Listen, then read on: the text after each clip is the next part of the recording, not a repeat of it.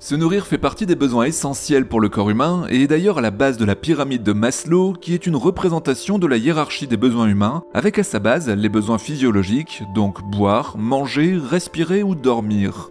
Dans cette théorie, un humain, une fois qu'il aura assouvi ses besoins de base, pourra ensuite s'inquiéter de ses autres besoins, comme celui de la sécurité, qui, une fois assouvi lui-même, pourra passer à l'étage du dessus, et ainsi de suite. Enfin bref, ça c'est pour l'explication rapide de la pyramide de Maslow. Manger, c'est donc à la base de cette pyramide, et notre corps va demander des nutriments qu'il va trouver dans les aliments, qu'ils soient d'origine animale ou végétale. Dans le passé, une fois que l'espèce humaine s'est sédentarisée et a commencé à cultiver la terre, les faibles rendements permettaient de faire vivre la tribu, mais il est vite devenu nécessaire de maximiser ces rendements afin que les efforts physiques du travail pénible de la terre donnent la meilleure récolte possible et permettent dans le même temps de nourrir plus de bouches. L'homme a alors commencé à utiliser nos fameux engrais.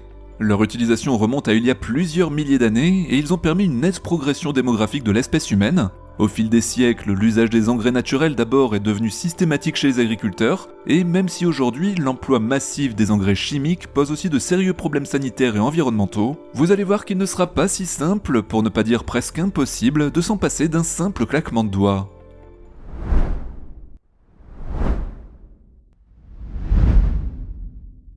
Alors pourra-t-on se passer un jour d'utiliser ces engrais tellement critiqués, énergivores, risqués pour la santé, mais vous allez le voir aussi ô combien indispensables pour le maintien en l'état de nos sociétés actuelles. Pour répondre à cette question, tout d'abord, les engrais basiquement, comment est-ce que ça fonctionne ?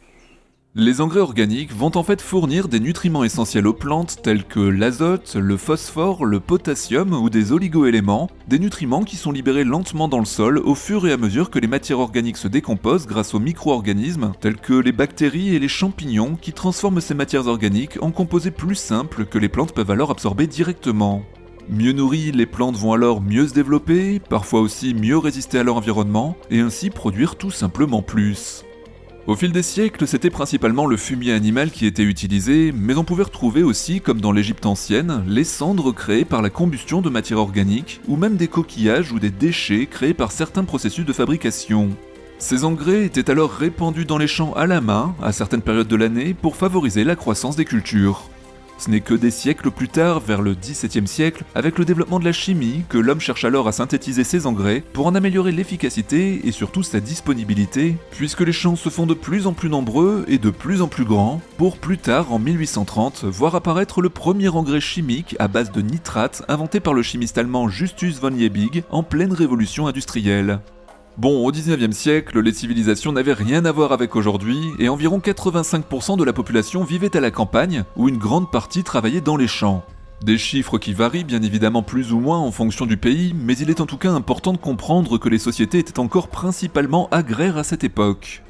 L'arrivée des engrais chimiques a été à la base de la révolution agricole et a alors eu un impact significatif sur l'évolution démographique en Europe, en réduisant les famines et les pénuries alimentaires et en permettant une production suffisante d'aliments pour soutenir cette croissance. La productivité alimentaire a d'ailleurs tellement augmenté grâce aux engrais chimiques et aux machines qu'elle a aussi libéré une partie de la main-d'œuvre agricole, qui a ainsi pu être redirigée vers les industries en plein essor à ce moment-là, provoquant un véritable exode rural vers les villes. Les engrais chimiques ont donc joué un rôle clé en libérant des travailleurs agricoles pour alimenter les secteurs industriels en pleine croissance, et ils permettent encore aujourd'hui à nos villes et à leurs habitants de rester suffisamment alimentés. Disons-le clairement, sans les engrais chimiques, la population mondiale ne serait pas ce qu'elle est aujourd'hui, et nos villes seraient beaucoup plus petites.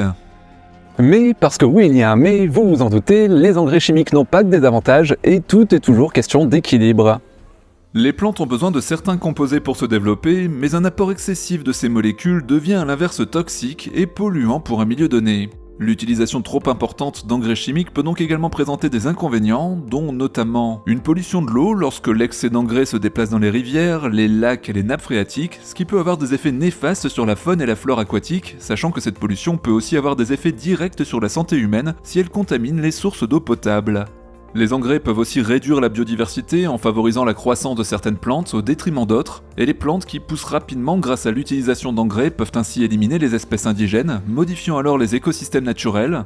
L'utilisation excessive d'engrais chimiques peut également contribuer à la perte de fertilité des sols en altérant l'équilibre des nutriments et en réduisant la capacité des sols à retenir l'eau.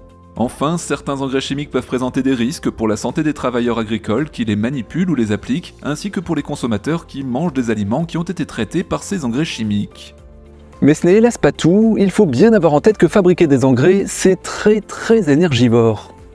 Alors ok, depuis la découverte du procédé industriel de synthèse de l'ammoniac, dit Haber-Bosch en 1913, ça date, les engrais azotés ont permis à l'agriculture de multiplier les rendements agricoles, notamment sur le blé et le maïs, par un facteur 5, qui n'a pas été l'un des moindres à contribuer à l'augmentation de la population mondiale après 1920, comme je vous le disais.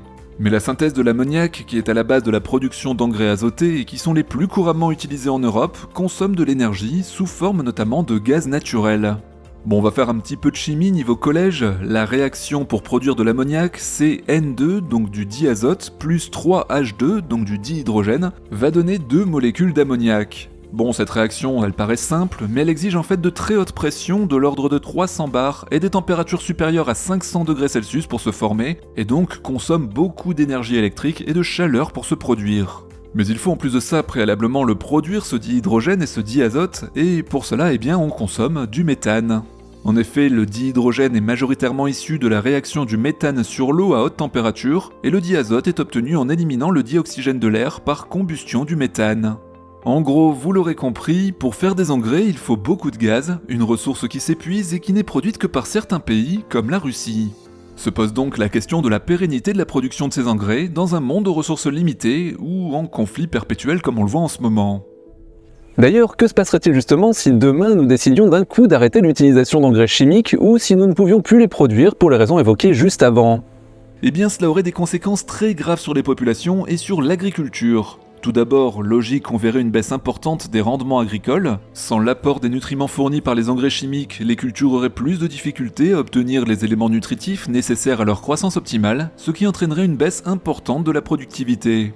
Comme je vous le disais, les engrais azotés ont permis à l'agriculture de multiplier les rendements agricoles, notamment sur le blé et le maïs, par un facteur 5. On verrait alors le schéma inverse se produire, et ça aurait un impact direct et rapide sur la disponibilité des aliments, conduisant très vite à des problèmes de sécurité alimentaire.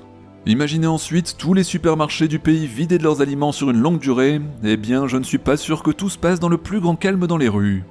Ensuite, on aurait une dégradation générale des sols. Les engrais chimiques jouent aujourd'hui un rôle essentiel dans le maintien de la fertilité des sols, qui, en leur absence, seraient moins nourris en éléments nutritifs, ce qui pourrait conduire à leur épuisement progressif. Les sols deviendraient donc moins productifs encore, moins résistants à l'érosion, et donc moins capables de retenir l'eau, ce qui entraînerait une dégradation à long terme des terres agricoles. C'est un petit peu le double effet qui se coule.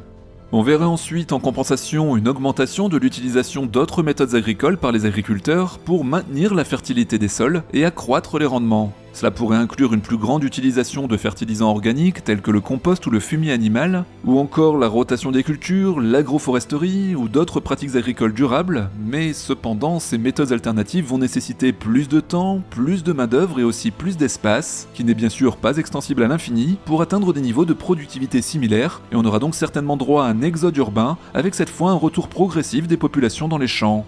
En tout cas pour ceux qui ont survécu au chaos des pénuries alimentaires.